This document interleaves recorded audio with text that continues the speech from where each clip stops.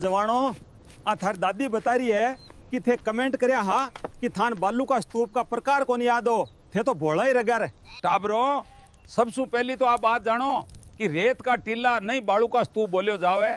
अब कमेंट में दादाजी ऑन टॉप लिख देना। गुड़ा गुड़ियों, अब आप सोच रहे होंगे कि बालू का स्तूप कैसे बनते हैं। तो ये देखो, बालू का स्तूप हवा चलने पर मिट्टी के अपरदन से बनते हैं। ठाबरों, आज थान बालू का स्तूप दिखा लियाणु हूँ। बालू का स्तूप दो प्रकार का हुई, एक पवन की गति के आधार पर और दूसरा आकृति के आधार पर। अठीन सुनो, पवन की गति के आधार पर पहलो प्रकार है अनुदैर्ध्य बालू का स्तूप और अनरेखीय बालू का स्तूप भी बोलियो जावे। बेटा जी, अनुदैर्ध्य बालू का स्तूप सबसे ऊंचे बालू का स्तूप ही, और ये तो जैसलमेर और बाड़मेर में सर्वाधिक पाया जावे ही। बावड़ा की तरण्या के देखो हो, पवन की गति का आधार पे आगलो बालू का स्तूप अवरोध बालू का स्तूप है। टाबरों, आ देखो, मरुस्थल में झाड़ियां का अवरोध के कारण बनिया बालू का स्तूप अवरोधी बालू का स्तूप कहलावी ही। टाबरों, दादा की एक बात और याद रखजो, अवरोध बालू का स्तूप पुष्कर, नागपाड़, जोबनेर और सीकर में देखने को मिलते हैं। राम राम भाई, सारे हैं ना। ये ही अनुप्रस्थ बालू का स्तूप और ये पवन की दिशा के समकोण पर बनी ही। आ जाओ जी, पुगल, सूरतगढ़, चूरू, झुंझुनू वाले आ जाओ। अनुप्रस्थ बालू का स्तूप देखो चाहो हो तो आ जाओ। चांद से पर्दा कीजिए। हाँ जी बच्चों, अगला बालू का स्तूप अर्धचंद्राकार बालू का स्तूप है और इन्हें बरखान भी कहा जाता है। टाबरों, बरखान बालू का स्तूप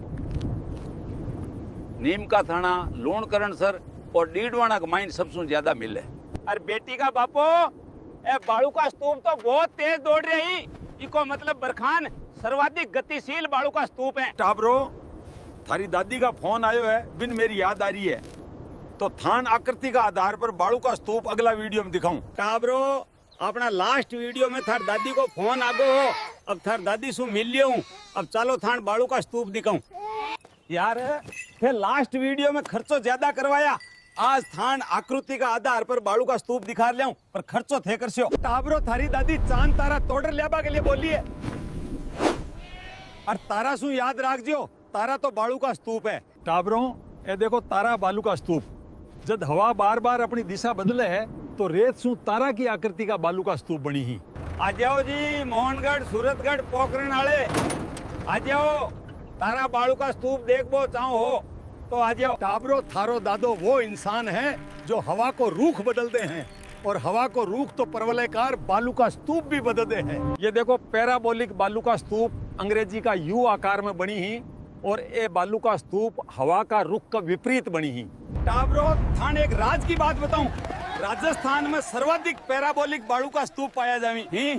थारी दादी ने को नहीं बतानो। टाबरो, आगलो बालू का स्तूप है सबर का फीज,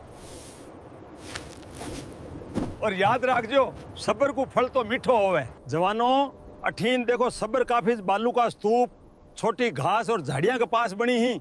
अब कोई पूछ तो बता दीजिए पड़े। बेटा जी, अंतिम बालू का स्तूप ही सिर्फ पवन की दिशा के समांतर विकसित हुई ही, और ये तो अनुदैर्घ्य बालू का स्तूप है।